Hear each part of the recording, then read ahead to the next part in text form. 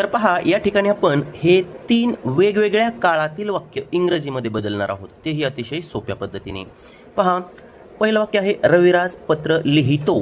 याच्यामध्ये आहे साधा वर्तमान काळ म्हणजेच सिंपल प्रेझेंट टेन्स. रविराजने पत्र लिहिले याच्यामध्ये आहे साधा भूतकाळ म्हणजेच सिंपल पास्ट टेन्स. आणि रविराज पत्र लिहिल याच्यामध्ये आहे साधा भविष्यकाळ म्हणजेच सिंपल फ्युचर टेन्स. चला वाक्य बनवूया इंग्रजीमध्ये अतिशय सोप्या पद्धतीने.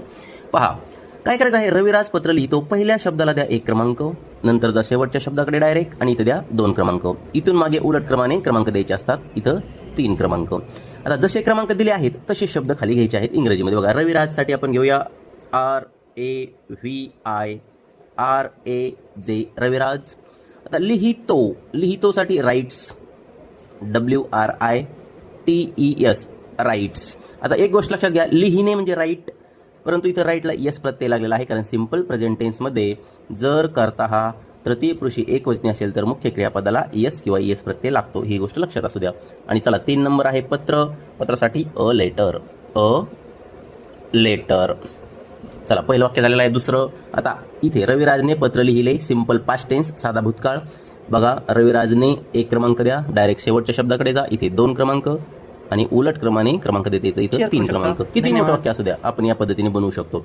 आता रविराजने म्हणून रविराज RAVIRAJ रविराज. आता लिहिले सिंपल पास्ट टेन्स आहे म्हणून राईटचं दुसरं रूप रोट, भूतकाळी रूप म्हणतात त्याला, WROTE रोट हे दुसरं रूप आहे, लक्षात ठेवा. राईट, रोट, रिटन हे तिसरं रूप असतं.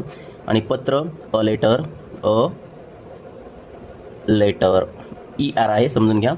हां, रविराज पत्र लिहिल याच्यामध्ये आहे साधा भविष्यकाळ म्हणजेच सिंपल फ्युचर टेन्स. आपण क्रमांक देऊन घेऊया, 1 क्रमांक इथे, शेवटच्या शब्दाला 2 आणि इथे 3. चला बनवूया वाक्य. रविराज RAVIRAJ रविराज लिहिल. आता बघा भविष्यकाळ आहे म्हणून इथं अगोदर विल घ्यायचं आहे.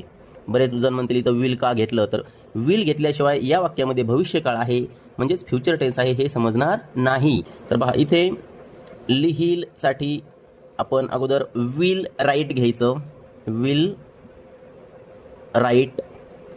आणि पत्रसाठी घ्यायचं आहे अ लेटर तर पहा एवढ्या सोप्या पद्धतीने आपण हे सगळे वाक्य बनवू शकतो.